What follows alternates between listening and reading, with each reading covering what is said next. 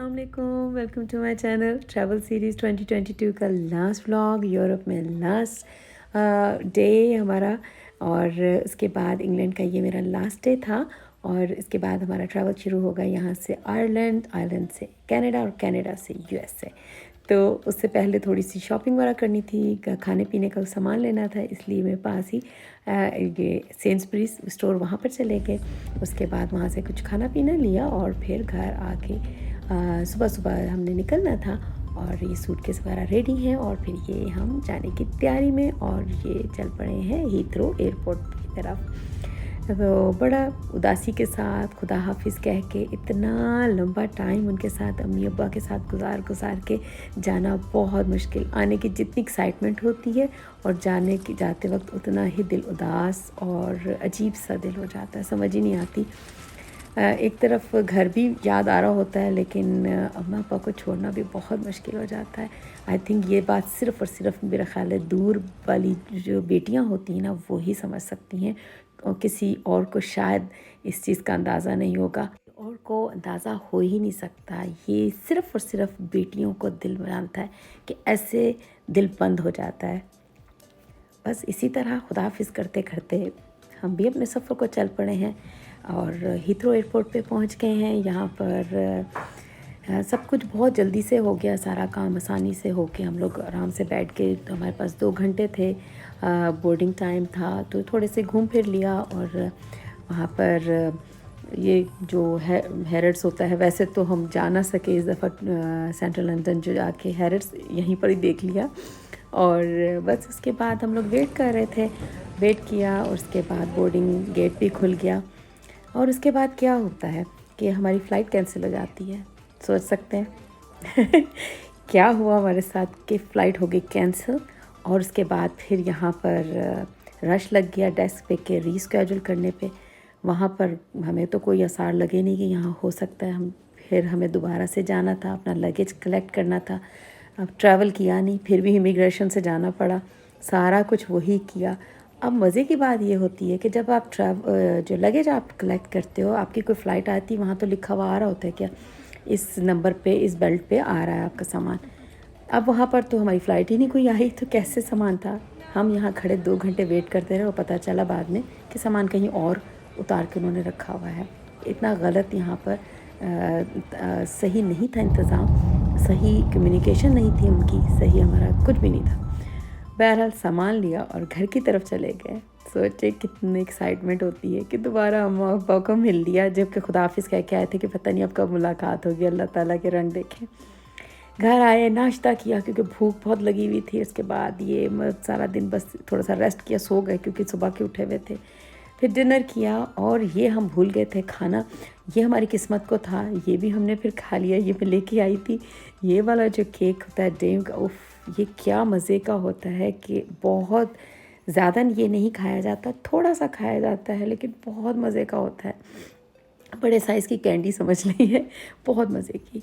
बस फिर ये सुबह हमने दूसरे दिन की स्केड्यूल कर ली थी फ़्लाइट, तो फिर सुबह का टाइम, फिर टैक्सी आई, फिर वही खुदा हाफिज़ किया, वही टफ़ टाइम खुदा हाफिज़ करके। इस दफ़ा अब हमारी जो फ़्लाइट थी वो गेटविक से थी। वहाँ गए, हमने कहा शायद थोड़ा घर के करीब भी था कि रश भी कम होगा, लेकिन ये हीथ्रो से ज़्यादा यहाँ रश मिला। बहरहाल यहाँ से भी सब कुछ कर लिया। यहाँ ज़्यादा टाइम बल्कि लगा सिक्योरिटी में। बेटे जी ने तो यहाँ पर अपना निटेंडो निकाला नहीं था, तो ये इनका बैग चला गया चेकिंग के लिए, तो वो इस वजह से हमें यहाँ पर टाइम लग गया। और उसके बाद बस वही ज़ाहिर बात है, जब 3 घंटे आप आओ तो टाइम, अगर रश हो तो फिर तो पता ही नहीं चलता 3 घंटे कैसे गुजर जाते। अगर जैसे हम कल हीथ्रो की तरफ गए थे और वहाँ पर रश नहीं था तो बहुत लंबा टाइम लगा। बहरहाल यहाँ पर भी चलते चलते हम भी बैठ गए और वहाँ पर अब ये बोर्डिंग का वेट कर रहे थे, तो साथ में थोड़ा सा वॉक अराउंड कर लिया, देख ली चीज़ें। अब कल की थकन इतनी ज़्यादा थी कि आज तो बिल्कुल हिम्मत नहीं हो रही थी ना चलने की, ना ये सोचा कि हमने अगर स्केड्यूल चेंज करवाना ही था तो 2 दिन बाद करा लेती या 1 दिन रेस्ट तो मिल जाता। बहरहाल यही दुआ थी कि अल्लाह करे खैरियत से घर पहुँचें। अब जाना बड़ा मुश्किल हो गया है, हमेशा हमारे साथ ऐसा हो रहा था, कहीं ना कहीं कोई डिले हो रहा था। फाइनली गुड बाय कह दिया लंदन को, तो इंशाल्लाह फिर मिलेंगे। हर साल जब मैं आती हूँ, जब जाती हूँ, तो यही होता है, अल्लाह मियाँ बस खैरियत रखना, दोबारा से हमें आना और माँ बाप से मिलना करना, लेकिन अम्मी अब्बू तो फ़ौरन ही आ गए थे हमारे पास। अब देखें कब आते हैं। अभी हम पहुंच गए हैं डबलिन एयरपोर्ट पे। यहाँ पर हमारा इतना ज़्यादा लंबा टाइम नहीं था कल वाली फ़्लाइट में, इसमें हमें ज़रा लंबा वेट करना पड़ा कि 2 घंटे हमें यहाँ पर इंतज़ार करना पड़ा अपनी दूसरी फ़्लाइट के लिए। बस जाके यहाँ पर भी ये जो आयरिश जो चीज़ें इनकी होती हैं ये भी बड़े मज़े की होती हैं। मुझे ये उनका एयरपोर्ट बहुत पसंद है। इतनी मज़े की इनकी चीज़ें यहाँ पर नज़र आती हैं। ये देखें, ये जो हाथ के बने हुए ये स्वेटर्स हैं और टोपियाँ हैं, ये स्कार्फ से बनाए हुए हैं, बहुत ही अच्छे, लेकिन बहुत एक्सपेंसिव। ये वाला तो बहुत ज़्यादा महंगा था। मुझे अच्छा लग रहा था लेकिन महंगा काफ़ी था। और ये वैसे भी ये वूल होती है और वूल बहुत ज़्यादा एलर्जी भी करती है, रैश होते हैं बहुत ज़्यादा मुझे। एक इनकी ये भी चीज़ें बड़ी मशहूर हैं, ये स्टर्लिंग सिल्वर की जो ज्वेलरी होती है। और ये देखें कितनी मज़े की आयरिश इनकी ये डॉल्स बनाई हुई हैं, हैंडमेड ही लग रही हैं मुझे तो ये भी बहुत अच्छी हैं।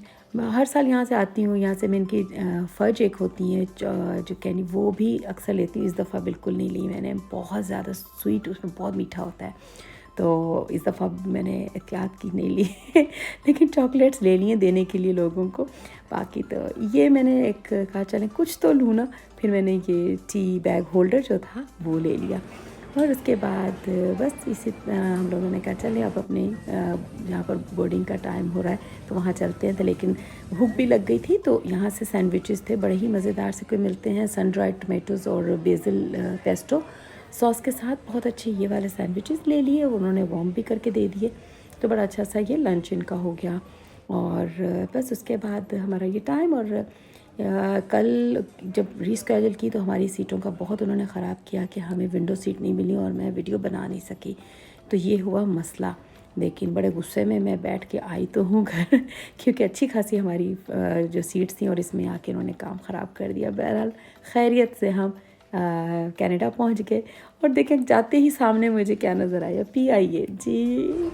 बहुत, बस एक दफ़ा ही मैंने सफ़र किया है ज़िंदगी में PIA पे, दोबारा कभी किया ही नहीं। तो देख के बड़ी खुशी होती है, दिल चाहता है कि मैं बैठूँ अल्लाह मियाँ इसको तरक्की दे के कोई अच्छी सी ये फ़्लाइट हो जाए। बस उसके बाद हम अपनी कज़न के घर गए जहाँ हमारी गाड़ी खड़ी हुई थी, वो हमें लेने भी आए, उनके बेटे और दामाद। और फिर उसके बाद ये मज़ेदार सा उन्होंने खाना, मेरी भांजियाँ जो है उन्होंने बनाया हुआ था, बहुत ही मज़े की बिरयानी। और सोचें आप थका के जब आप आए और आपको गर्मा गर्म खाना मिल जाए, कितनी खुशी होती है। अल्लाह मियाँ जज़ा दे उनको। और ये देखें फ़्लोकी साहब, हाँ, आते जाते हैं तो ये अच्छी तरह पहचानता है और आके प्यार करवाता है। पास आ रहा था बार बार के मुझे मतलब इस तरह ये करो प्यार। और ये बेबी ऑफ द हाउस, ये तो इसकी बहुत ही दोस्ती दोनों की। ये देखें कैसे मज़े से खेलते हैं ये लोग, तो ये बहुत ही मज़ा आता है इनको देख के कि इसको कुछ नहीं कहता। बस उसके बाद चाय वाय पीने के बाद फिर हम लोग अपना सफ़र शुरू कर लिया आगे जाने का मिशिगन के लिए। रात तकरीबन 8 साढ़े 8 बजे हम लोग निकल गए थे।